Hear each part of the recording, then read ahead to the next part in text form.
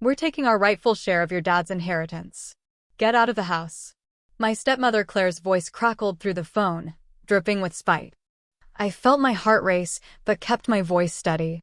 "Talk to my lawyer," I replied, then ended the call. "My name is Emma Mitchell, and I'm a 34-year-old financial consultant in Chicago.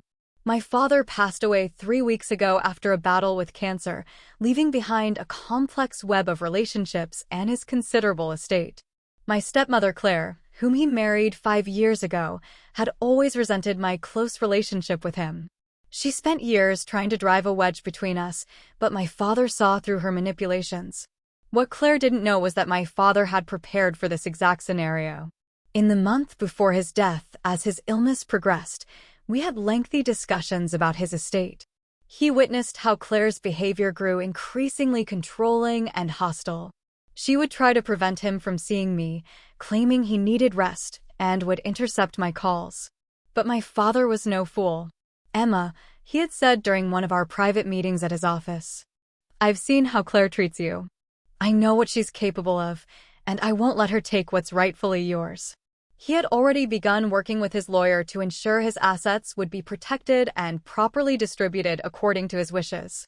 The family home, where I grew up and where all my childhood memories lived, was legally secured in my name months ago. The majority of his estate was carefully designated to me through ironclad trusts and legal documentation that left no room for manipulation. My father, ever the meticulous planner, had even recorded video testimonials explaining his decisions, anticipating that Claire might try to contest the will. Now, as I sat in my apartment looking at the phone, I couldn't help but smile at Claire's premature victory call. She had no idea that her attempt to bully me out of my inheritance was about to backfire spectacularly. My father's lawyer would be contacting her first thing in the morning with some very unwelcome news. Sometimes, the best revenge is simply letting people's own actions lead to their downfall. I poured myself a glass of wine and opened my laptop to review the estate documents one more time. The next few days would be interesting, to say the least. I grew up watching my father build his real estate business from the ground up. After my mother passed away from breast cancer when I was 12, it was just the two of us for many years. We developed a special bond. He taught me everything he knew about business and finance, which eventually led to my career choice. Despite his busy schedule, he never missed my school events or forgot to help me with homework. Those years shaped who I am today. Everything changed when Claire entered our lives. She worked as a receptionist at one of my father's properties, and within 6 months of meeting him, they were married. I was 29 at the time, living my own life, but I noticed how quickly she tried to take control. At first, it was subtle, suggesting my father was too tired for our weekly dinners or claiming he was too busy to take my calls. But over time, her true colors showed. Claire was 15 years younger than my father, and her spending habits were outrageous. She redecorated the entire house, erasing all traces of my mother's touch. She convinced my father to buy her expensive cars and designer clothes, claiming she needed to look the part as his wife. I watched with growing concern as she isolated him from old friends and business associates, always finding fault with anyone who didn't agree with her. My father started to see through her act about 2 years ago when his health began declining. He confided in me that he'd caught her going through his financial documents late at night and noticed her asking peculiar questions about his will and business holdings. That's when he started taking precautions. "I married her because I was lonely," he admitted to me during one of his chemotherapy sessions. "But I won't let my mistake hurt you, Emma. You're my daughter. My legacy. Everything I built was meant for you." We spent his final months getting his affairs in order, making sure every detail was legally sound. He even recorded videos explaining his decisions, knowing Claire would try to paint me as a manipulative daughter taking advantage of a sick man. My father was always 3 steps ahead, even at the end. The weight of his trust in me and his determination to protect me from Claire's greed only strengthened my resolve to honor his wishes and stand my ground. As I looked through old family photos in my apartment that evening, I knew the real battle was just beginning, but I was ready.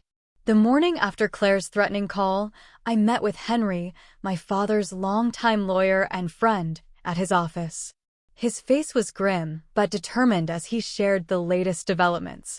"Emma, Claire's lawyer contacted me last night. They're planning to contest the will, claiming your father wasn't of sound mind when he made the changes," Henry explained, shuffling through a stack of papers. "But what they don't know is that we have everything on video. My father had insisted on recording every meeting where he discussed his estate plans, clearly stating his reasons and demonstrating his mental clarity. He'd even had his doctors document his cognitive state during these decisions. It was as if he knew exactly what Claire would try to do. They're demanding an emergency hearing," Henry continued. "Claire's claiming she needs immediate access to the accounts for household maintenance. She doesn't realize all the utilities and bills have already been transferred to your name." I felt a surge of anger thinking about how Claire had treated my father in his final months, restricting his visitors, monitoring his phone calls, always hovering when I visited. But my father had outmaneuvered her, and now it was time to let his planning pay off. "When's the hearing?"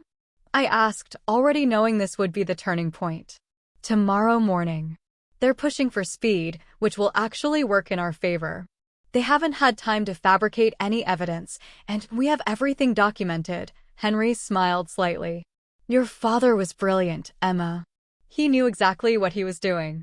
That night, I couldn't sleep. I kept thinking about my father's last days and how Claire had tried to control every aspect of his life. She'd even attempted to prevent me from seeing him in the hospital, claiming he needed rest. Little did she know that during those precious final moments, he and I had already set everything in motion. I pulled out the last birthday card he gave me, reading his message again. "Sometimes, Emma, the best revenge is letting people trip over their own greed." Tomorrow, Claire would learn exactly what that meant. As I prepared the documents for the hearing, I felt a mix of sadness and determination. This wasn't just about the inheritance anymore. It was about honoring my father's final wishes and standing up to the woman who had tried to come between us. The morning of the hearing arrived, and the atmosphere at the courthouse was tense. Claire sat across the aisle with her lawyer, wearing an expensive black dress and a confident smirk. She'd even brought her adult children, probably hoping to paint herself as the grieving widow surrounded by a loving family. I noticed how they whispered and glanced in my direction, clearly expecting an easy victory. "Don't let them rattle you," Henry whispered as we waited for the judge. "Everything's in order. Just let the evidence speak for itself." When Claire's lawyer presented their case, it was exactly what we'd expected. He painted me as a manipulative daughter who had taken advantage of a dying man, and Claire as the devoted wife who'd given up everything to care for my father. He even had the audacity to suggest that my father's mental state had been compromised by his illness and medication. "Your Honor," he declared dramatically, "Mrs. Mitchell simply wants what her husband would have wanted for her, to maintain the lifestyle they shared and to protect the family home they built together." I felt my blood boil at the word "together." Claire had spent exactly 5 years with my father, most of which she'd spent spending his money and isolating him from his friends and family. She'd contributed nothing to the business or the home he'd spent 30 years building. Henry remained calm as he stood to present our evidence. "Your Honor, I have here not only the legal documentation of Mr. Mitchell's wishes, but video evidence of him explicitly stating his decisions and the reasoning behind them." The courtroom fell silent as my father's face appeared on the screen.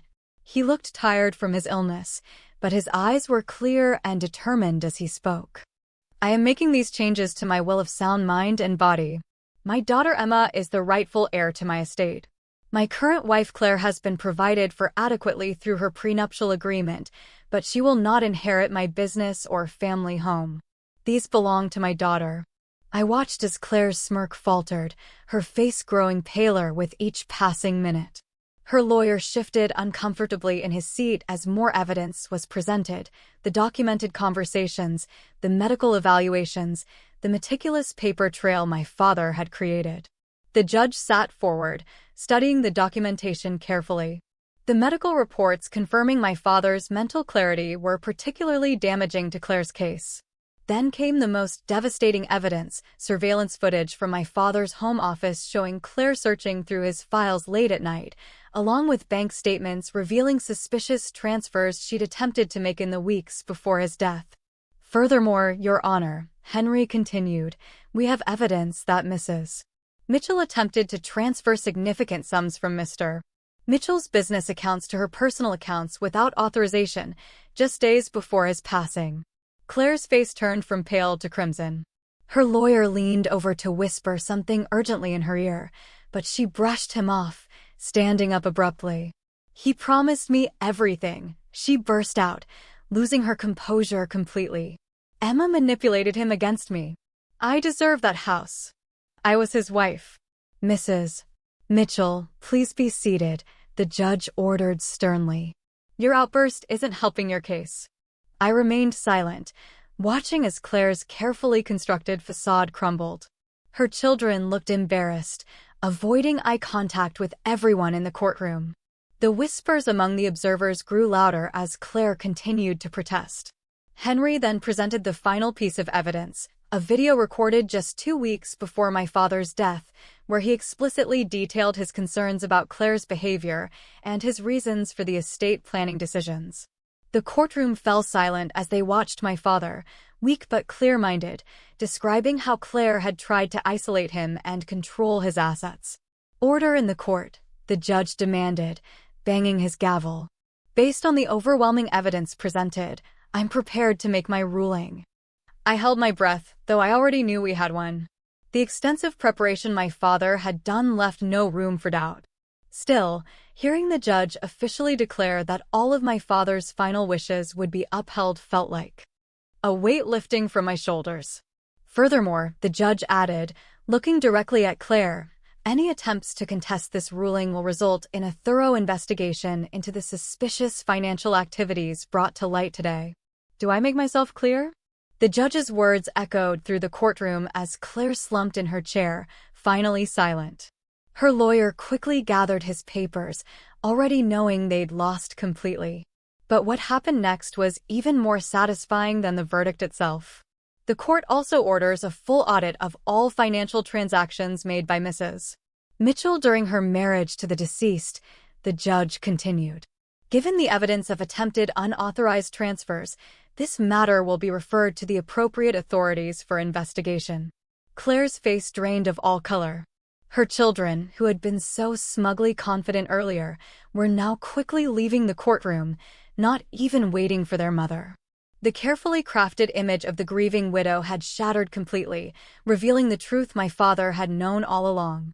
As we left the courthouse, Henry handed me a sealed envelope. Your father asked me to give you this after the hearing, he said quietly.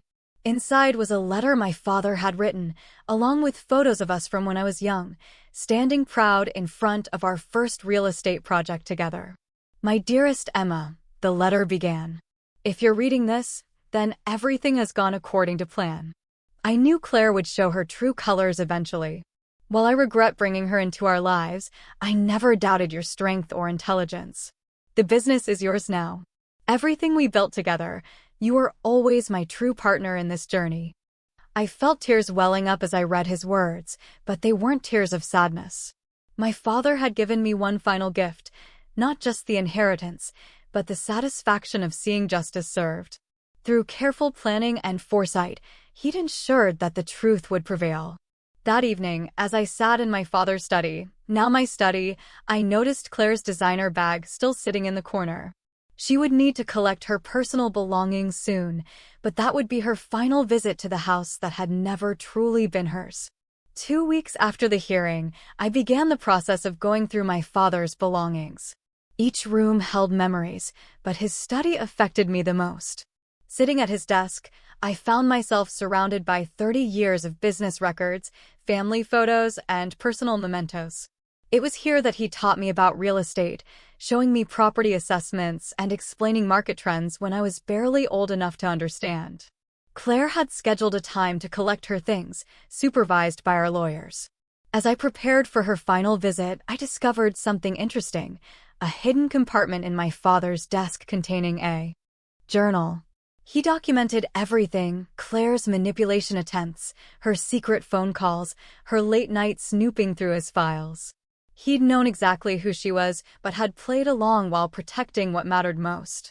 The police investigation into Claire's financial activities revealed even more than we'd expected. She'd attempted to transfer nearly $300,000 from my father's accounts in his final weeks. The detective assigned to the case found similar patterns in her past relationships. She had a history of targeting wealthy older men, though none had been as prepared as my father. I threw myself into running the business, expanding on the foundation my father had built. The employees welcomed me warmly.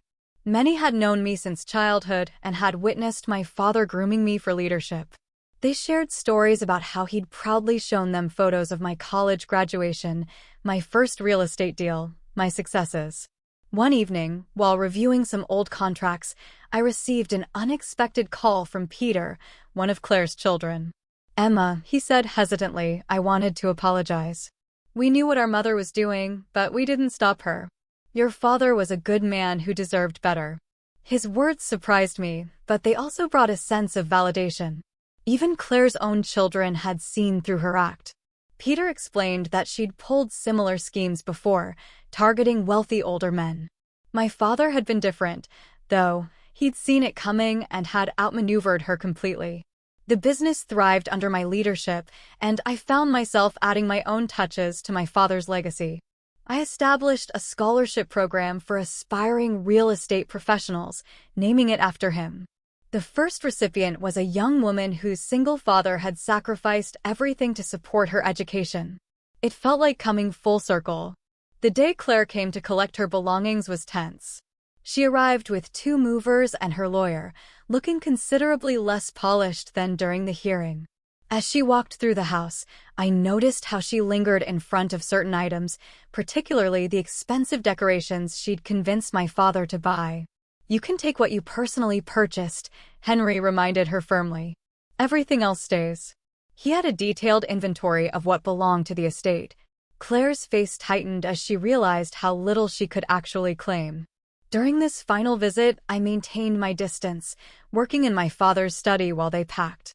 Through the open door, I could hear her muttering about family heirlooms, though none of them were actually hers. The most satisfying moment came when she tried to claim an antique grandfather clock, insisting my father had promised it to her.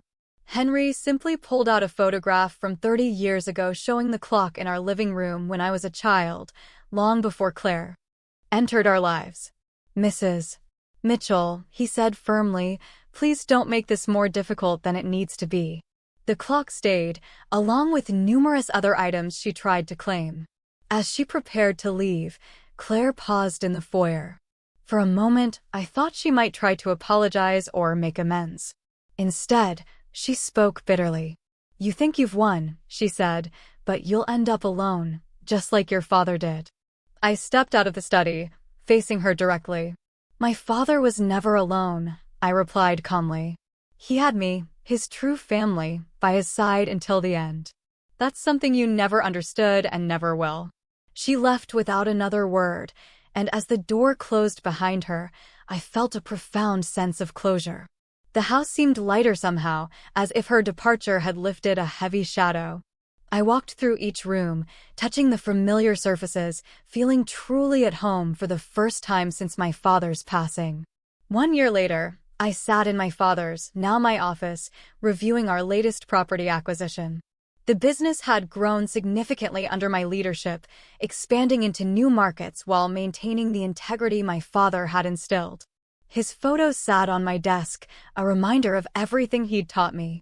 The investigation into Claire's financial activities had concluded, revealing a pattern of fraud that stretched back years before she met my father. She faced legal consequences for her attempts to steal from his accounts during his final days. Last I heard, she'd moved to another state, her carefully crafted image of the grieving widow completely shattered. The house felt like home again. I'd preserved the elements that held family memories while updating other areas to reflect my own style. My mother's paintings once again hung in the living room, and the grandfather clock continued to mark time in the foyer, its chimes of familiar comfort. Most importantly, I'd honored my father's legacy in the way he would have wanted, not just by preserving what he built, but by building upon it. The scholarship program we'd established had already helped 3 promising students pursue their dreams in real estate development. Sometimes, healing comes in unexpected forms. For me, it came through the respect and love I saw in our employees' eyes whenever they mentioned my father. They would share stories of his kindness, his business integrity, and how proud he was of me. These moments helped me understand that his legacy wasn't just in the properties or bank accounts. It was in the lives he touched and the values he instilled. Last week, I found an old photo album in his study that I hadn't noticed before. Inside was a letter, dated just days before his death. "Emma, you were always stronger than you knew. Remember that success isn't just about building wealth. It's about maintaining your integrity while doing so. You've made me proud in ways I never could have imagined." The real victory wasn't just keeping what was rightfully mine. It was honoring my father's legacy by living up to the values he taught me. The business continues to thrive, but more importantly, it does so with the same principles of honesty and integrity that my father always championed. Claire's attempts to take what wasn't hers ultimately revealed the strength I inherited from my father. Sometimes, the best revenge isn't about winning in court. It's about proving that goodness and truth eventually prevail.